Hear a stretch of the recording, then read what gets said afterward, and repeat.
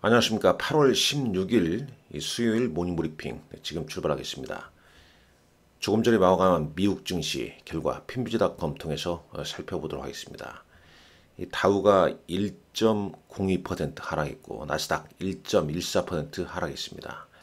S&P 500 지수도 1% 넘게 하락했죠.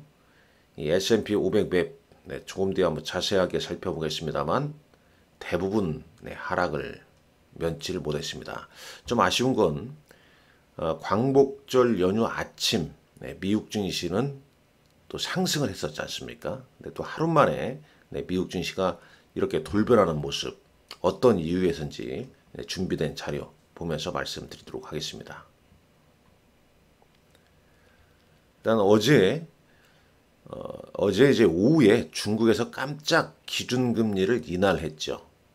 그 이유는 이제 중국 내 부동산 경기 침체와 이 소비 지출로 약한 이제 소매 판매나 뭐 생산 판매, 생산 지표 이런 게 예상치를 좀 하회했지 않습니까?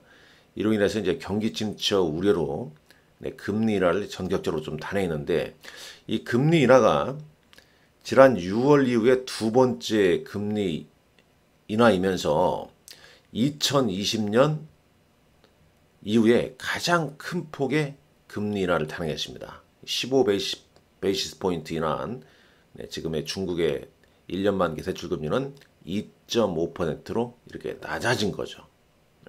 이렇게 낮아진 겁니다.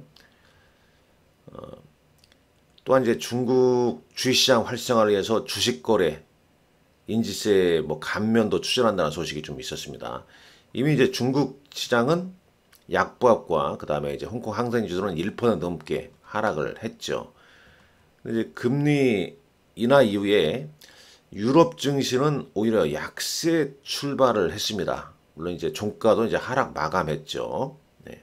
그 이유는 뭐냐면 여기 뭐 적어놨습니다만 이 중국의 부진한 경기 회복과 이 부채 문제가 이게 세계 경제를 좀 확산될 것이라는 우려, 즉 중국의 디플레 우려가 글로벌 증시에도 악영향을 좀 끼치지 않을까.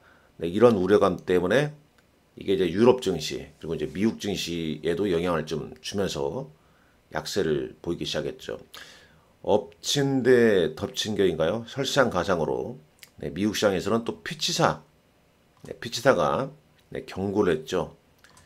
JP 모건 체이스를 포함해서 이 대형 은행들까지도 다운그레이드, 강등, 신용등급을 강등할 수도 있다. 고 이제 경고하면서 금융주까지 동반 하락을 부추겼습니다. 이 부분이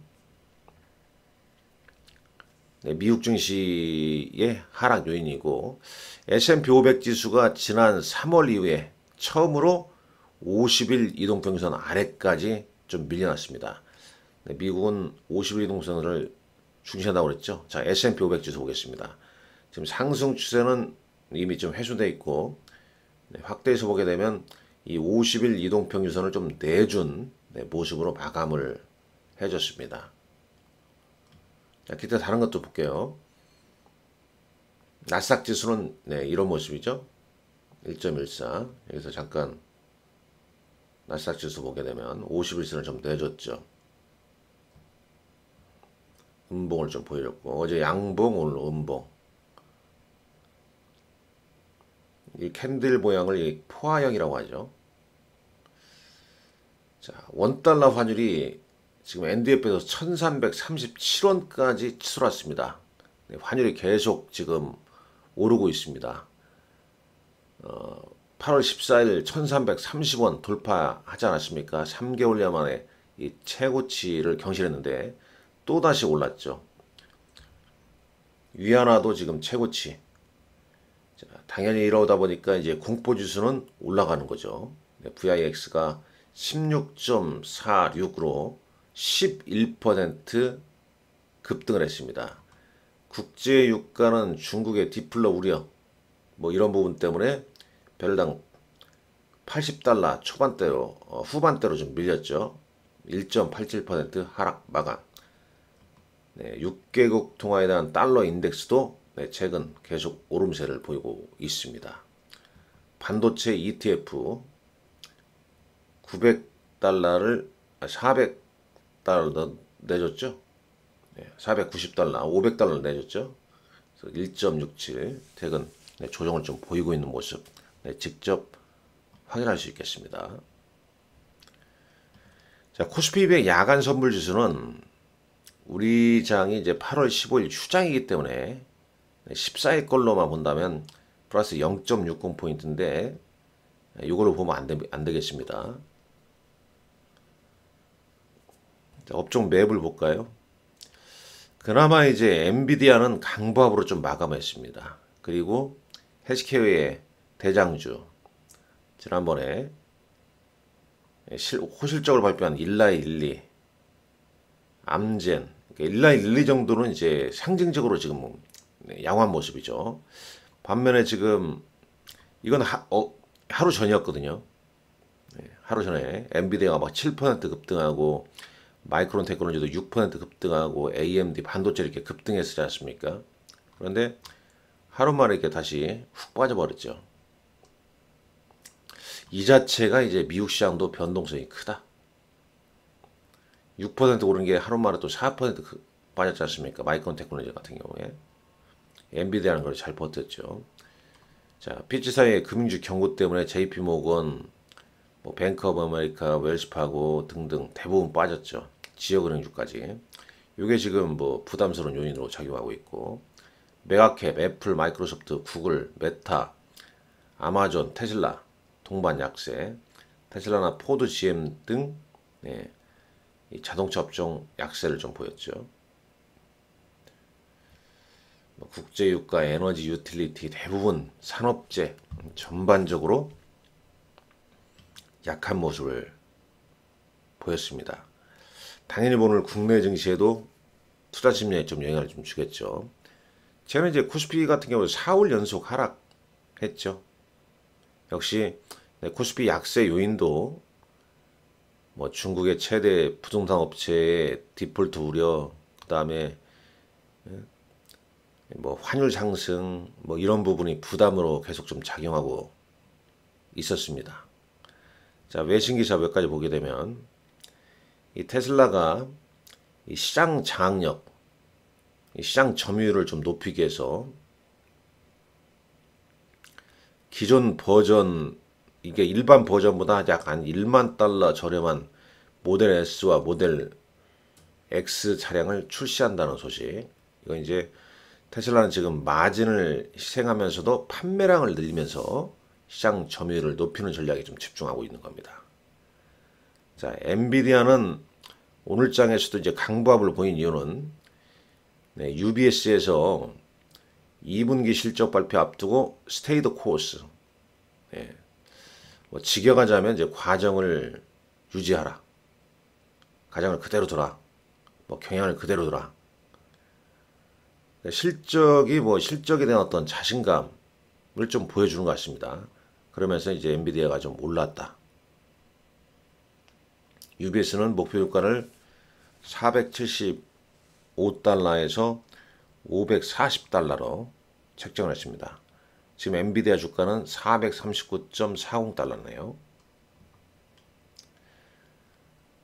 자, 국내 증시로 가보시죠. 당연히 지금 미국, 뭐 중국 이런 글로벌 증시 변동성이 크지 않습니까? 당연히 뭐 국내 증시도 영향을 받는 거고, 그러다 보니까 이제 지수보다는 종목이란 얘기가 등장하게 되는 거고, 어렵다는 얘기입니다.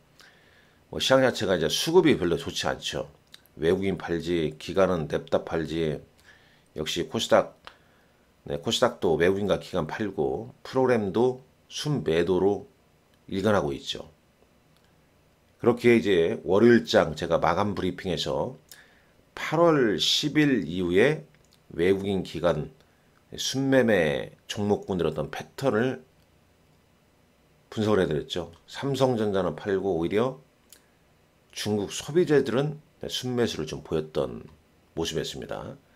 자, 오늘 우리 시장 같은 경우는 이제 이 상승 추세선 하단 아래서 좀 시작을 할 가능성이 높습니다.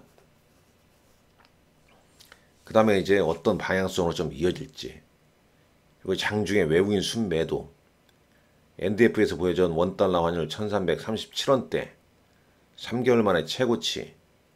그 다음에 장중 10시 30분 이후에 중국의 주가 흐름, 이런 부분이 계속 좀 영향을 좀 미칠 것이다. 그러다 보니까 외국인들 입장에서는 전기전자랄지 그러니까 삼성전자나 뭐 화학 이런 쪽을 순매도를 좀 하고, 역시 기관도 뭐 삼성전자 등의 전기전자 위주로 순매도를 계속 좀 보이고 있는 겁니다. 그러면서 이제 이 외국인들 시장에 좀 사는 거 보게 되면 2분기 실적이 잘 나왔던 뭐 농심이나 삼양식품 같이 음식료품을 지난주에 샀고, 중국의 단체 관광 허용에 여행 면세점 카지노 등 중국 소비재 뭐 이런 쪽은 사들이는 모습이죠. 반면에 2차전지 MSCI 반기 리뷰 끝나고 에코프로 등에 대해서는 순매도가 좀 이어지고 있습니다. 이 코스피 코스닥 전체적으로 봤을 때 시총 상위 종목군들이 대거 약세를 좀 보이는 아쉬운 모습 직접 확인할 수 있고요. 시간에 한번 볼까요? 자, 시간에서도 뭐 한국화장품이랄지 토니모리, 롯데관광 개발, 이 중국 관련 소비재주들이 시간에서도 좀 양호한 모습이고요. 자, 코스닥은 뭐 거의 뭐 개별 종목군들 실적 발표 이후에 이제 아마 이제 이 시간에 이때 좋았던 건 이제 의외로 8월 14일까지 실적 발표한 기업 중에 상대로 좀 양호한 기업들 시간에서 좀 강세를 보인 영향이 좀 있을 겁니다. 뭐 지난주 특징주 쭉 보게 되면 결국은 이제 그거 아니겠습니까? 지금 이제 분위기는 뭐 중국 소비재 쪽, 그 다음에 뭐 제약바이오 쪽, 전기전자, 2차전지 이런 게 이제 쉬다 보니까 이제 이런 쪽으로 분위기가 좀 움직이는 모습이었죠. 그 다음에 이제 뭐 AI랄지 로봇 순환매 좀 돌기도 했고, 그러나 그 부분은 또 지난 14일 날 꽤 올라 있는 상황이기 때문에 또 오늘은 다른 모습을 좀 보일 가능성이 높습니다. 하도 시장이 이제 오르락내리락 하니까 또 초전도체 관련주들이 다시 뭐 강세를 좀 보이기도 하고, 여러 가지 이제 변동성이 나오는 장이 되겠죠. 아울러서 이제 8월 14일까지 발표한 2분기 실적, 이 반기 보고서 이후에 그 결과에 따라서 오늘도 이번 주까지 좀 영향을 좀 미칠 수 있습니다. 오히려 이제 이 반기 보고서 결과 1, 2분기 실적이 좀 양호한 기업들 위주로 우리가 간추려낼 시점이라 이렇게 좀 보여지는 거고, 코스피 외국인 기관 순매매 동약 8월 10일부터만 놓고 보자면 외국인들은 호태신라, 뭐 외국인과 기관 뭐 공이 호태신라 순매수를 좀 보였죠. 중국 소비재주를 샀다 그런 얘기입니다. 코스닥 같은 경우는 파라다이스, 여기 역시 끼어 있죠. 파라다이스. 이런 종목들이 좀 끼어 있고, 그러니까 이들의 양상이 좀 달라졌다. 순매도는 뭐 전기전자나 뭐 2차전지 뭐 이런 쪽 순매도를 좀 하는 모습을 보여줬다는 거죠. 물론 이제 뭐 중국 관련 소비재도 꽤 올라 있습니다만은, 오늘 중국의 어제 기습적인 금리 인하, 이게 또 오늘 중국 증시에 어떻게 영향을 미치고 국내 증시에 어떤 좀 영향을 미칠지 장 초반은 좀 상황을 좀 예의주시하면서 일단 시장이 좀 안정을 찾는 시점 나와야겠죠. 안정을 찾는 시점. 미국도 AI 주도하에 기술주가 시장을 좀 이끌었는데 지금 삐그덕거리고 있고, S&P 500 지수가 지난 3월 이후에 50일 동평을 내줬고, 국내 증시도 상반기 주도했던 2차전지나 그 다음에 반도체가 좀 조정을 좀 받고 있고, 이런 양상이기 때문에 극히 변동성이 좀 큰 장입니다. 위험 관리 잘 하면서 이 어려움을 잘 좀 이겨내야 할 것 같습니다. 오늘 여러분들 건승하십시오. 감사합니다.